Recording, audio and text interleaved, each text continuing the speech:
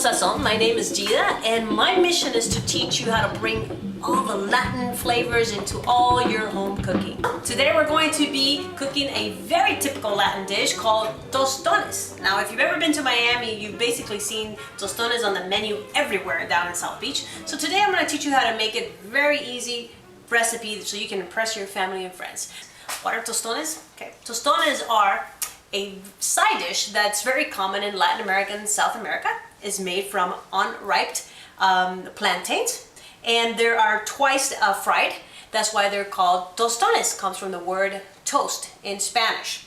Now, a lot of you might think that this is a banana. It's not a banana, and it's definitely not the same thing. As you can see, green plantains, bananas. I'm going to tell you the ingredients that you're going to need. First of all, of course, you're going to need a green plantain. You're going to need a little bit of salt, and you're going to need about 3 cups of vegetable oil. That's it.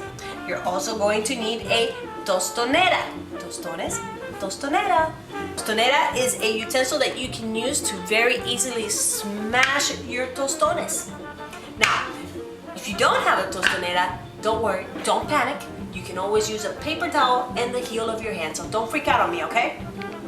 So now I'm going to show you a very easy way to cut the tostones. You're going to take both sides out, just like that. And then you're going to cut them into 1-inch pieces. You can usually get about 4 or 5 tostones out of 1 green plantain.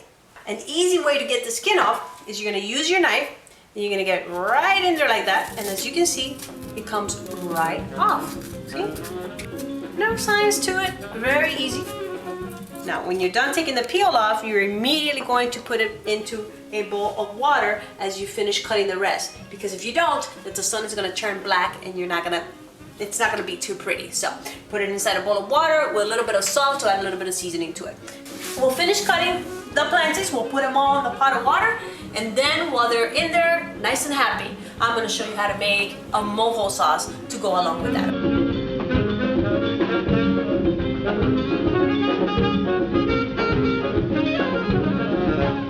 Now, Mojo is a very delicious marinade that you can put just about on anything. You can put it on plantains, you can put it on chicken, you can put it on your meat, and it's very easy to make. You're going to need a small onion, and you're only going to be using about half of that.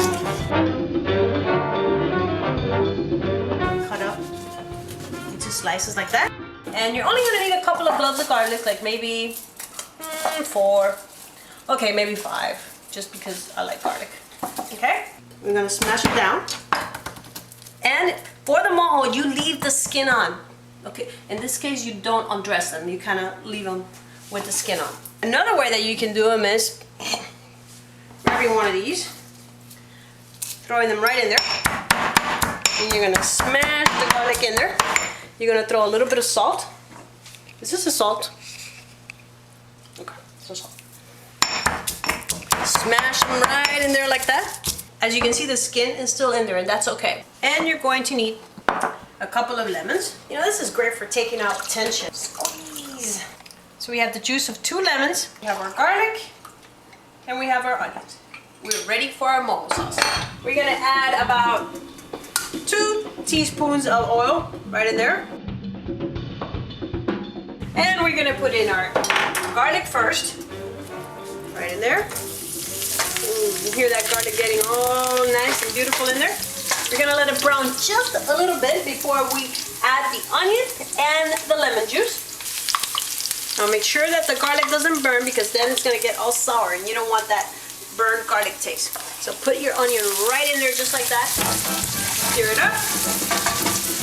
Oh my god, I wish you could be here and smell it. And last but not least, you're going to put the lime juice. And there's our mojo sauce. Simple as that. Gonna add a little bit of salt and just a tiny bit of pepper. Stir it up again and set it aside, because they're going to be there waiting for your tostones to get ready, and put them right on top of them. So we're ready to fry our tostones, and you're going to need about 3 cups of either vegetable oil or canola oil. Now, you don't want to put this tostones right from the water into the oil. You know what can happen there. Fire alarm, fire trucks. Not a good idea. So take them out of the water, and you're going to pat them dry in a paper towel. just like that. Try to take all the excess water out. Okay, so I think our oil is hot enough, and there's one way to test if the oil is hot enough. You're gonna put one of the tostones in there, and if you see it doing that, then it means it's ready, okay? So you're gonna go ahead and put them all in. Now don't dump the whole dish in there. That oil's gonna splash in your face, and you're gonna not look so pretty for your dinner. And we're just gonna let them cook for about 5 minutes. It's good. Where's my mojito? We got mojo and mojito, and I'm getting a little bit confused here. Who took my mojito? So we're ready to take our tostones out, and the way that you know they're ready to be taken out is because they already have these, you know, I'm ready to get out color, which is kind of a golden brown, and that's exactly how you want them, just like that. And as you are smashing the tostones, you're gonna put the oil all the way in low because you don't want the oil to overheat. Remember, you're gonna have to fry these again, all right? So make sure that you control the temperature of your oil. So, remember we talked about our famous tostonera? We're gonna use the tostonera to smash the tostones, but I wanna show you very quickly how to do it. If you don't have a tostonera, you're gonna use a paper towel.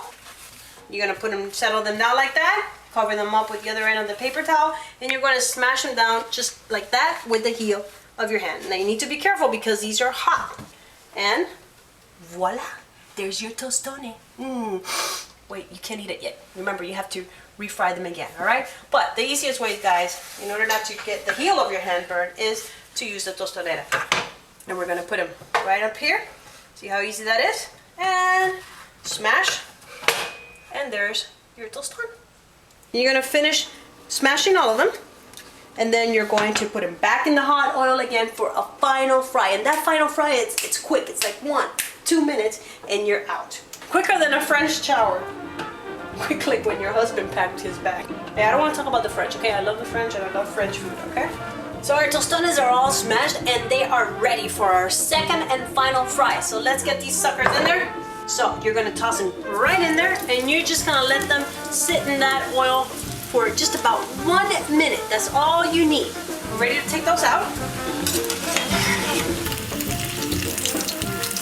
Now you wanna make sure that you drain a lot of the oil out, okay? Be careful, they're extremely hot. You don't want to be the only one with band-aids all over your fingers at the dinner table.